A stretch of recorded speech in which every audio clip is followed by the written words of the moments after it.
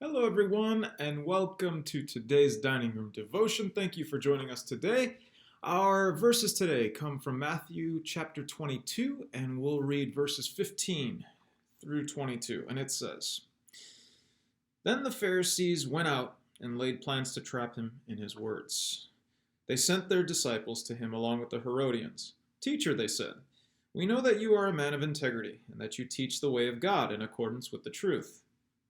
You aren't swayed by others, because you pay no attention to who they are.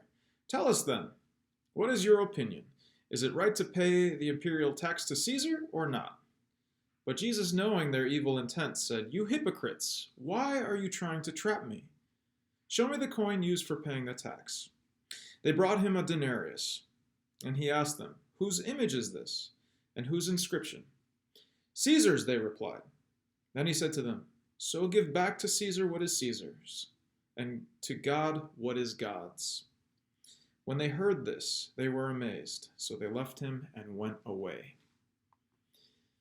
Now, if you watch much television, you are probably very tired of political ads and glad to see them go. If you live in Illinois, you may be especially glad to not have to see the ones about the tax amendment put before Illinois voters. Interestingly, 3 of the 4 Gospels record an interchange with Jesus regarding tax policy, the one that we just read today. It's also recorded in Mark chapter 12 and Luke chapter 20. And in this interchange, Jesus finds himself in the kind of conversation many of us may dread during election season. If somebody asks you, well, what do you think of this candidate or this policy? We might brace ourselves for an unpleasant argument to follow after we give an answer, or we might choose our words carefully to avoid the same. But in this scenario, the stakes are much higher for Jesus. His opponents are seeking to use his answer either to support a capital charge or capital charges against him as an insurrectionist against Rome, which would be the case if he answers no, or to be able to discredit him as one who endorses the empire that is oppressing the people of Israel, which would be the case if he answers yes. Jesus' reference to their hypocrisy, it could be acknowledging how easily within the temple courts they have been able to procure a coin with a human image and a heretical inscription. The coin would have read, Caesar Augustus, Tiberius Caesar, son of the divine Augustus. Now, Jesus' use of the word image, it may even be intended to call to mind a much more important image, the image of God, the divine image that we all bear as humans. It's a continual reminder of who we belong to and where our primary allegiance and obligation lies. The point is more direct in his answer. Jesus gives an answer that amazes his opponents. It neither endorses nor opposes taxes to the Roman Empire, and it simultaneously places civic obligation in its proper place in one's life, challenging the absolute claims of the empire. Jesus is not dividing civil and faith-based obligations into 2 separate and neat categories. His answer is an alignment of priorities.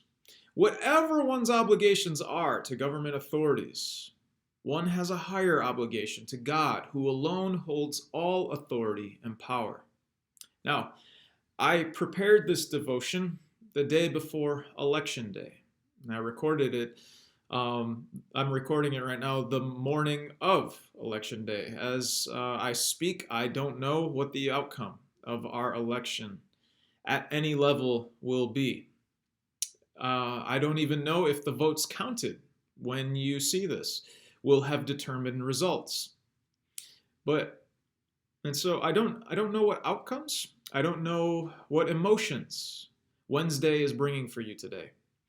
But Jesus' answer to his opponents, it helps us frame whatever results have come to pass.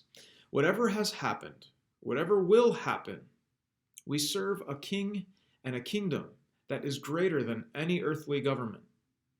And we serve a king who alone reigns forever. That is our priority as followers of Jesus. And that priority should shape our views and actions in every detail of life, even our civic engagement and obligations, whether it is what or who we vote for or the issues we contact a representation about. Christ and his kingdom come first and are the only eternal governing power. This doesn't mean that civic engagement is not important. It means we must never forget that we bear an image greater than any image upon our currency. It means we must never forget where our primary allegiance lies. It means we must never forget that, as the hymn testifies, in Christ alone our hope is found, which is the case in every avenue of life. Whatever results or emotions you are dealing with today, whether you are pleased or frustrated, hopeful or scared, it's appropriate for us to give these things to God in prayer. And as we do, we continue seeking to advance God's benevolent kingdom across our context, nation, and our world. That's our devotion for today. Thank you for joining us. God bless you and keep you well.